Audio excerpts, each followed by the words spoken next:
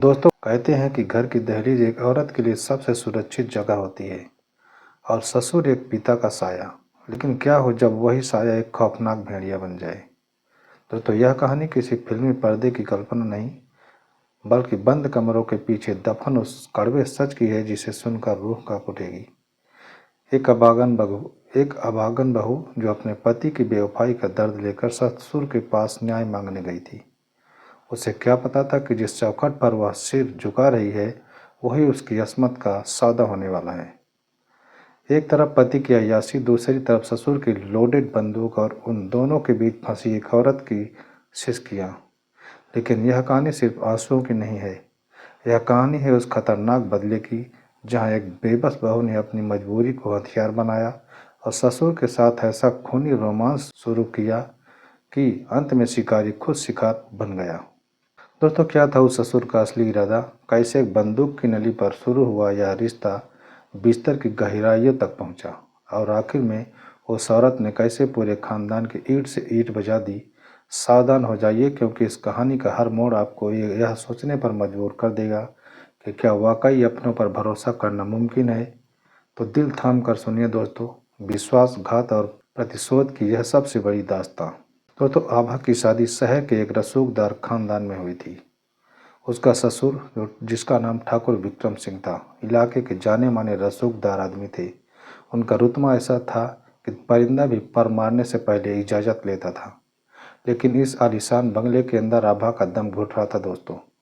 उसका पति जिसका नाम सुमित होता है, रईसी के नशे में चूर था और उसका शहर की किसी दूसरी औरत के साथ गहरा चक्कर चल रहा था। दोस्तों आभा ने कई बार सुमित को रंगे हाथों पकड़ा भी था, उससे मिन्नतें की, लेकिन सुमित ने एक ही बात कही कि इस घर में रहना है तो आंखें और कान दोनों बंद करके रहे, वरना अपनी लाश का इंतजाम कर ले। दोस्तों जब जुल्म बर्दाश्त से बाहर हो गया तो आभा ने सोचा कि ससुर जी से अब उसे इस नर्क से निकाल सकते हैं। वह ससुर के कमरे में गई, उनके पैरों में गिरकर फूट फूट कर रोने लगती है। उसने सुमित की अय्याशियों और उसके अवैध संबंधों का एक एक कच्चा चिट्ठा खोलकर ससुर के पास रख दिया। दोस्तों विक्रम सिंह ने उसे उठाया, उसके आंसू पूछे और बड़ी भारी आवाज में कहा कि बेटी, सुमित ने सिर्फ तेरा दिल नहीं दुखाया, उसने इस खानदान की पगड़ी उछाली है। तो फिक्र मत कर, आज रात मैं उसे सीधा कर दूंगा। तो बस रात को मेरे पास वाले कमरे में आ जाना, हम बैठकर बात करेंगे। दोस्तों आभा को लगा जैसे अंधेरी सुरंग में रोशनी दिख गई हो। दोस्तों रात के सन्नाटे में जब पूरा बंगला सो रहा था, आभा उम्मीद लेकर अपने ससुर के कमरे की तरफ बढ़ रही थी। कमरा उसका एकदम खुला हुआ था। जैसे ही वो अंदर दाखिल हुई, विक्रम सिंह ने पीछे से दरवाज़ा बंद करके कुंडी चढ़ा दी।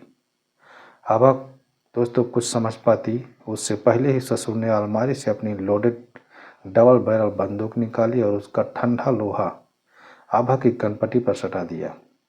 दोस्तों उसकी आंखों में वह ममता नहीं थी जो शाम को दिख रही थी, वहाँ सिर्फ दरिंदगी और हवस का नंगा नाच था। विक्रम विक्रम सिंह गुर्राया कि तू समझती है कि मैं सुमित को डांटूंगा? वो मेरा खून है और तू तू तो इस घर की जायदाद है। सुमित बाहर मजे कर रहा है तो क्या तेरा बाप यहाँ प्यासा मरेगा? तो ये बात सुनकर आभा का शरीर एकदम पत्थर का हो गया था। जिस ससुर को उसने पिता का दर्जा दिया वो आज उसके जिस्म को नोचने पर आमादा था। उसने विरोध करना चाहा, लेकिन बंदूक की नली उसके गले पर और जोर से गड़ रही थी। चिल्लाई तो एक ही गोली में तेरा खोपड़ा उड़ा दूंगा और दुनिया को बोलूंगा कि तू सुमित के गम में पागल होकर खुदकुशी कर ली है। कोई मुझ पर शक भी नहीं करेगा। तो उस रात उस बंद कमरे में बंदूक की नोक पर मर्यादाओं का चीर हरण हो रहा था। एक ससुर ने अपनी ही बहू की रूह को छलनी कर दिया। आभा सिर्फ दीवार पर टंगी तस्वीरों को देख रही थी जो शायद इस पाप की गवाह बन रही थी। दोस्तों अगली सुबह जब सूरज निकला तो आभा के लिए सब कुछ बदल चुका था। विक्रम सिंह ने उसे चेतावनी भी दी कि अगर उसने जुबान खोली तो उसके मायके वालों को जिंदा जला देगा। तो पति सुमित को जब यह पता चला तो उसने शर्म करने के बजाय बेशर्मी से हंसते हुए कहा कि चलो अच्छा है, अब तो हम दोनों को खुश रखेगी। दोस्तों आभा अब उस घर की बहू नहीं थी, बल्कि दो भेड़ियों के बीच फंसी एक शिकार बन चुकी थी।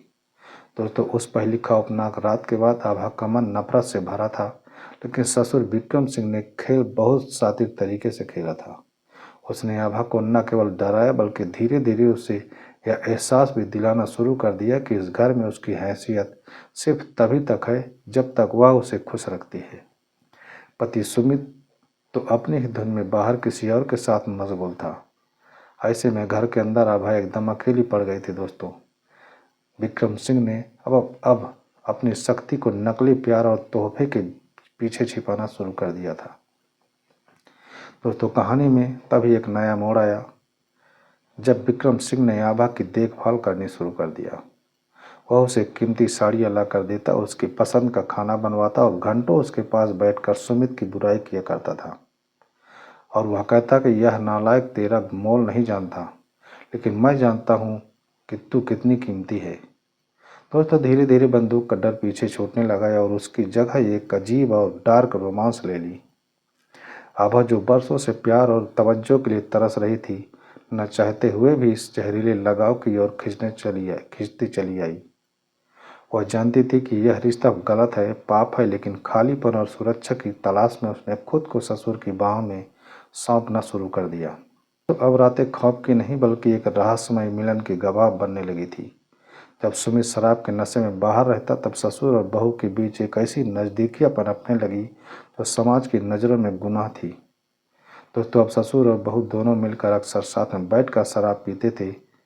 ससुर उसकी खूबसूरती की कस्में भी खाता था और आभा अपनी नफरत को दबाकर उस बूढ़े रसूखदार आदमी के साथ वक्त बिताने लगती है।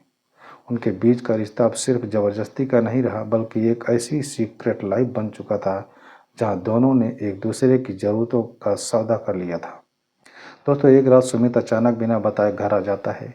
उसने देखा कि आभा के कमरे से ससुर जी निकल रहे हैं और दोनों के चेहरे के हाव भाव कुछ और ही कहानी बयां कर रहे थे। सुमित को जो शक था वह अब यकीन में बदल चुका था। दोस्तों, लेकिन उसे ताज्जुब इस बात का था कि जिस ससुर से वह डरता था वह उसकी पत्नी के साथ इस कदर घुला मिला था। अब घर के अंदर एक ट्रायंगल यानी कि त्रिकोण बन चुका था। तो सुमित को अपनी पत्नी से मतलब नहीं था, लेकिन उसे अपने पिता की जायदाद से हाथ धोने का डर सताने लगा था। तो यह कहानी अब उस मोड़ पर आ गई जहां हवस, साजिश और बदला एक साथ मिलकर एक खौफनाक अंजाम की तरफ बढ़ रहे थे। दोस्तों, आभा और विक्रम सिंह के बीच का अंधेरा रोमांस अब घर की दीवारों के लिए भी आम बात हो गई थी। विक्रम सिंह को लगने लगा था कि उसने आभा को पूरी तरह अपने वश में कर लिया है। वह अब उस पर बंदूक नहीं तानता था बल्कि उसके लिए गहने और बेशकीमती तोहफे लाता था। आभा भी अब बदली बदली नजर आने लगी थी। वह ससुर के साथ हंसती, उसके साथ वक्त बिताती और सुमित को पूरी तरह नज़रअंदाज कर देती। लेकिन इस हंसी के पीछे एक खतरनाक दिमाग काम कर रहा था। दोस्तों, पति सुमित जो था, जो खुद को एक कयास आदमी समझ रहा था, अब अपने ही घर में बेगाना महसूस करने लगा था। उसे डर सताने लगा कि अगर ससुर ने अपनी सारी जायदाद आभा के नाम कर दी तो वह सड़क पर आ सकता है। तो एक रात सुमित ने आभा को अकेले में पकड़ा और कहा, तू मेरे बाप के साथ मिलकर क्या खिचड़ी पका रही है? मैं जानता हूँ कि तू उसे अपनी उंगलियों पर नचा रही है। दोस्तों, आभा ने उसकी आंखों में आंखें डालकर मुस्कुराते हुए कहा, तुमने तो मुझे ठुकरा दिया था सुमित। अब अगर तुम्हारे पिता मुझे वो इज्जत और प्यार दे रहे हैं जो तुमने नहीं दिया तो तुम्हें तकलीफ क्यों हो रही है? दोस्तों, कुछ दिनों के बाद विक्रम सिंह का जन्मदिन था। हवेली में सन्नाटा था क्योंकि विक्रम सिंह ने नौकरों को छुट्टी दे दी थी ताकि वह आभा के साथ वक्त बिता सके। दोस्तों, कमरे में मध्यम रोशनी थी और पुरानी गज़लें बज रही थी। आभा ने खुद अपने हाथों से विक्रम सिंह के लिए ड्रिंक बनाई और शराब पीकर विक्रम सिंह नशे में चूर होकर बोला, आभा, आज मैं बहुत खुश हूँ। तूने मुझे फिर से जवान बना दिया है। बोल, क्या चाहिए तुझे? यह हवेली, यह दौलत? आभा ने धीरे से उसके करीब आकर कहा कि बाबूजी, मुझे बस आपका वो डर खत्म करना है बाबूजी। वो बंदूक जिससे आपने मुझे पहली रात डराया था, मैं उसे हमेशा के लिए अपनी नज़रों से दूर कर देना चाहती हूँ। तो नशे में धुत विक्रम सिंह ने लड़खड़ाती आवाज़ में अपनी अलमारी की चाबी आभा को थमा देता है। दोस्तों जैसे ही आभा ने अलमारी खोली, उसके हाथ में वह 2 नाली बंदूक थी, लेकिन इस बार बंदूक का रुख बदला हुआ था। अचानक हवेली का दरवाज़ा जोर से खुल जाता है और पुलिस अंदर दाखिल हो जाती है। साथ में सुमित भी था, जिसके हाथ में एक कैमरा था। सुमित ने पुलिस से कहा कि देखिए इंस्पेक्टर साहब, मैंने आपसे कहा था ना कि मेरे पिता अपनी ही बहू के साथ ज़बरदस्ती करते हैं और उसे डरा कर रखते हैं। दरअसल सुमित ने जो सोचा था वह इस अवैध रिश्ते का भंडाफोड़ करके अपने पिता को जेल भेज देगा और प्रॉपर्टी का इकलौता वारिस बन जाएगा। लेकिन दोस्तों कहानी में ट्विस्ट अभी बाकी था। आभा ने पुलिस की तरफ देखा और एक रिकॉर्डिंग चालू कर दी। उस रिकॉर्डिंग में सिर्फ ससुर की हैवानियत नहीं दिख रही थी, बल्कि सुमित की वो बातें भी रिकॉर्ड थी जिसमें उसने ससुर और आभा को जान से मारने की प्लानिंग की थी ताकि वह प्रॉपर्टी हड़प सके। तो आभा ने ठंडे दिमाग से कहा कि इंस्पेक्टर साहब, यहाँ कोई बेगुनाह नहीं है। ससुर ने मेरा जिस्म नोचा है और पति ने मेरी मजबूरी का सौदा करना चाहा। आज ये दोनों जेल जाएंगे। तभी विक्रम सिंह और सुमित दोनों एक दूसरे का चेहरा देखते रह गए। जिस आभा को वो एक मोहरा समझ रहे, उसने पूरी बिसात ही पलट कर रख दी। दोस्तों विक्रम सिंह जो ससुर था, बलात्कार और ब्लैकमेलिंग के जुर्म में उम्र कैद की सज़ा हो जाती है उसे। और सुमित जो उसका पति था, साजिश रचने और प्रताड़ना के आरोप में 10 साल की उसको भी सज़ा मिल जाती है। और दोस्तों आभा जो बहुत ही अपनी हिम्मत और चालाकी से आज़ाद हुई और ससुर की आधी संपत्ति पर कानूनी दावा ठोंक देती है।